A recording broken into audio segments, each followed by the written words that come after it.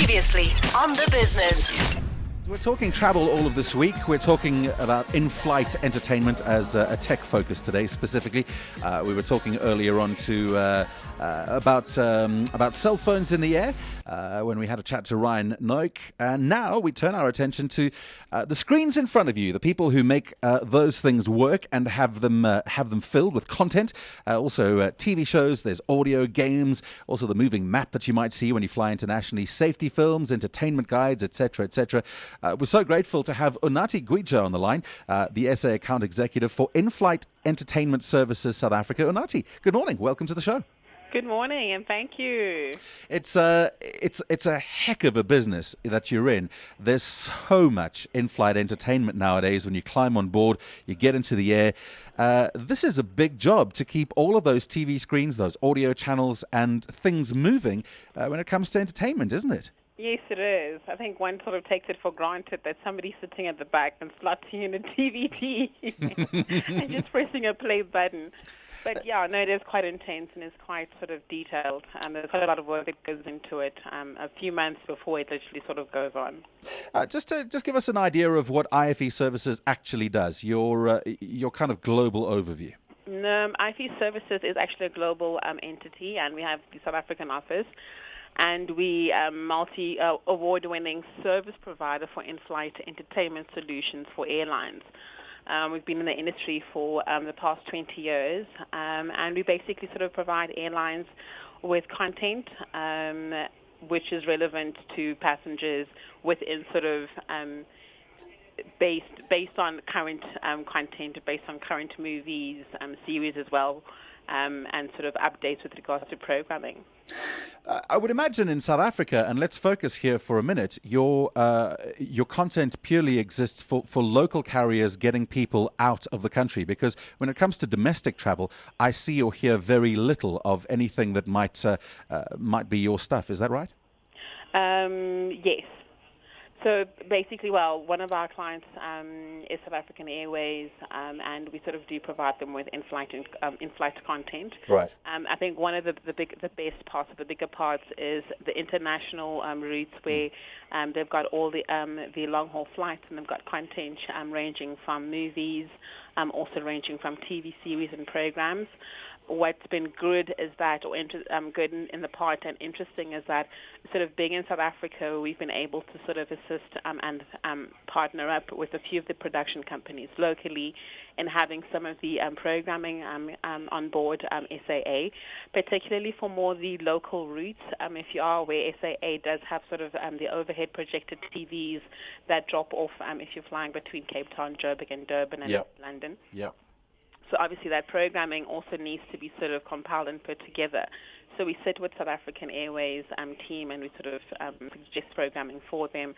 And it's no longer the funnies. So if everybody sort of thinks they still play the funnies or laugh out loud, those are no longer there. We actually have sort of programming that gets put on there that sort of speaks to which is relevant to sort of a business flyer or a frequent flyer who's flying locally or regionally within Africa and in between. So most of the program, we sort of try and make sure that it speaks relevantly to South Africa as a tourist destination, as well as also being relevant in business information or lifestyle content as well, because I think that's what we're all about. We sort of enjoy having a lifestyle program, and we enjoy having a business program and sports as well, because we're sports lovers. Unati, it's Astrid here. Talking about this local content on the domestic routes, to what extent is there an opportunity for a local content producer, someone who's got an idea, people who have already produced content, looking for additional outlets and platforms? To what extent is there an opportunity for them to approach an IFE, and if their programming is appropriate, to start that discussion? And to what extent are you looking for content that is already produced and doesn't really cost that much extra in order to put onto a new platform? Okay, we're continually always looking for content. I think that's why we sort of here in South Africa. We just recently attended DISCOP, which is a huge content expo and workshop, and we literally sort of go around to all set up meetings and we go around to all the different tables, be it international and local content. But more specifically on the local content, we've sort of tried to build almost a lot of relationships with some of the smaller production houses as well as the existing production houses which have programming which we're able to air or sort of book for in-flight for SAA. The nice part is that we locally based and we know what programming is good. So if we come across anything that's good, either on TV or any other platform, or somebody refers somebody through to us, we set up those meetings, have those conversations, and then take it from there. Obviously, everything that we sort of meet up or we have initiation stages, we have to relay back to our clients and say, look, this is the content we found. It's a great program. This is what it's about. We've got screeners. We screen it. We get our clients to screen it as well. And then once we sort of have an approved agreement, as in, all right, absolutely, it's great. It sort of touches the aspects that we're looking to put out there because sort of as a national carrier, there's certain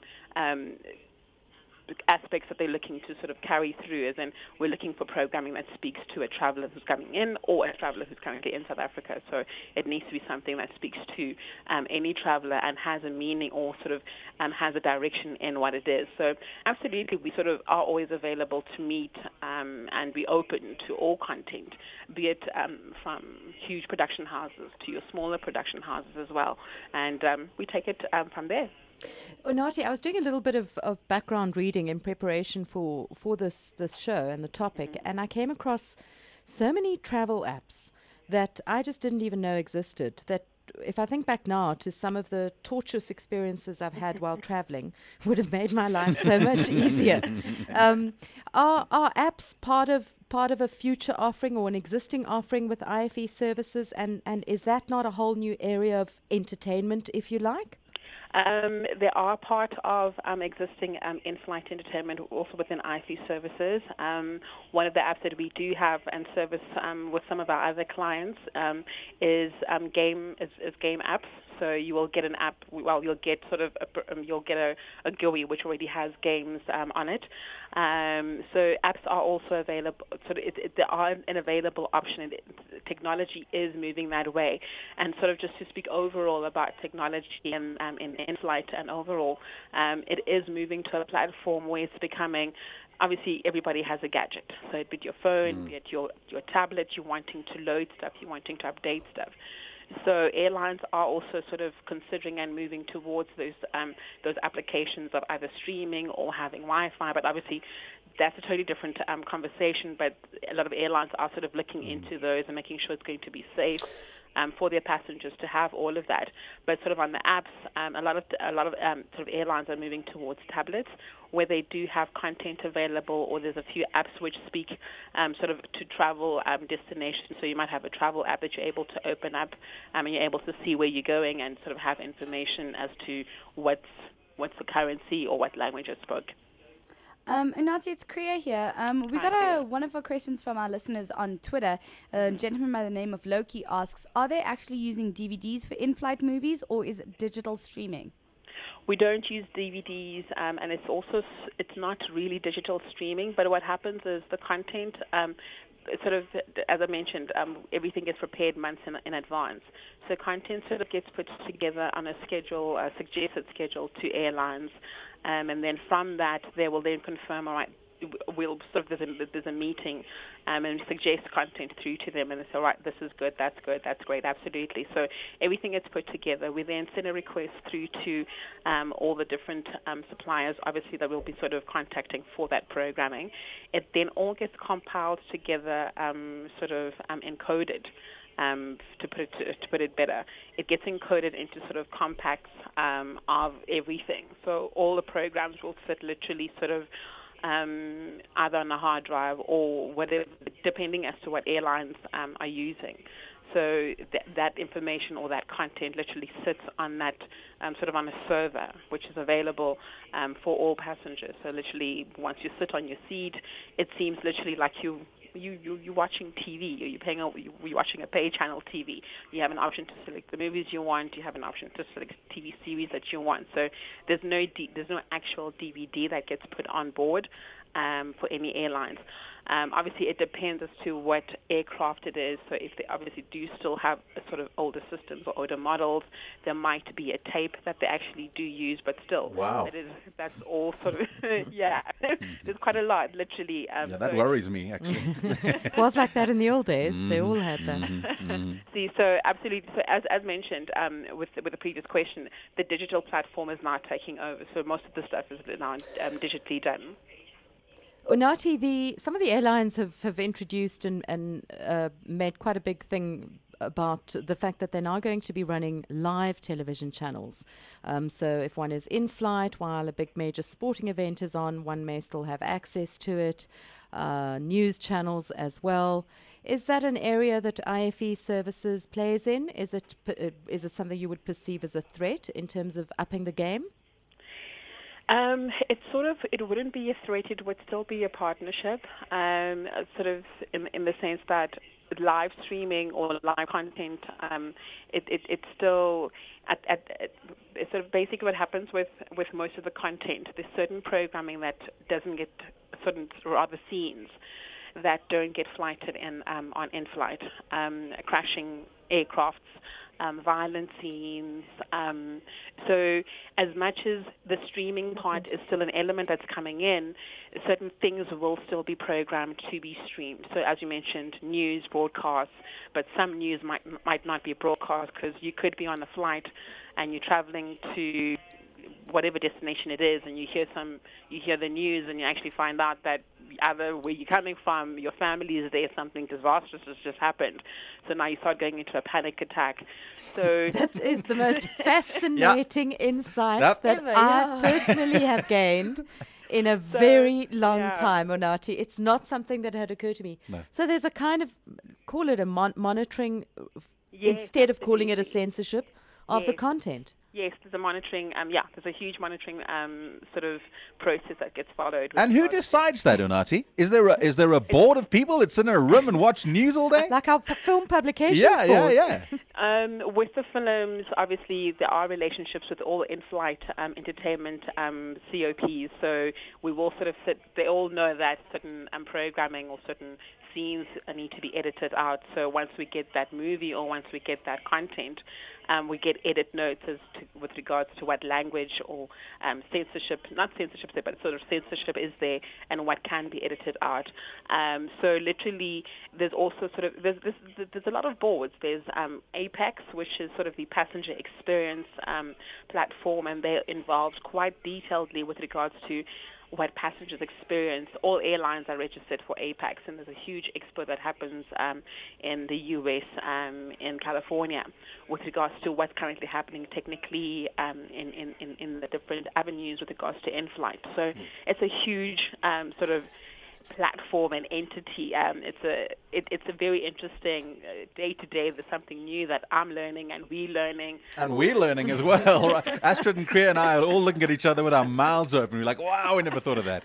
So there's quite a lot that actually goes into it. So, and as mentioned, airlines as well, being part of APEX and being part of other boards as well, where it's all about passenger experience and all about the passenger experience, as well as the outcome of the passenger and airlines being monitored, or rather being ranked as well. So everybody needs to make sure that their content is the latest content. All the program is relevant to all age groups as well. So literally when we're doing programming, we're not just considering, a typical flyer is a businessman who's flying between either Cape Town, Durban, or he's been flying to London, New York. But literally there's families who are traveling throughout the year. So programming needs to speak to everybody. Unati, it says here you serve over 45 airlines globally. Well, certainly IFE does. I want to bring it back locally to local businesses and specifically local content, because there must be some sort of unspoken competition when it comes to who gets their local content pushed across 45 airlines globally. That's a lot of eyes watching a lot of programming. And I mean, surely there must be opportunities for content makers locally to come up with amazing content promoting South Africa. Do you push that content content to other airlines, or are they just not interested? As national carriers, they want to carry their own content. No, absolutely we do. So some of the programming, basically what happens with sort of some of the meetings or the content that I get, I'd share it with our team in the UK and make sure that literally everybody is aware of programming that we have here as well. Yeah. And nice enough, sort of most of the content that is being produced is sort of it speaks internationally. It's not directed to only South Africans or only directed to Africans.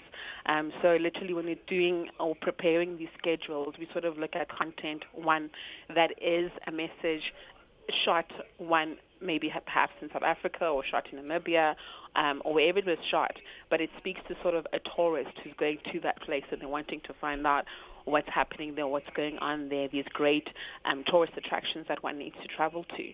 And then second to that, when we put it on that platform to share it with our other airlines and clients as well, it's in the sense and it's in the message that we've got content for your clients as well, because we know that you do fly into South Africa as well as one of their destinations. So it's literally content is as much as it's taking the platform on the TV platforms to go abroad with in-flight as well. That's the message, because in-flight travelers or in-flight airlines travel much more than TV channels do.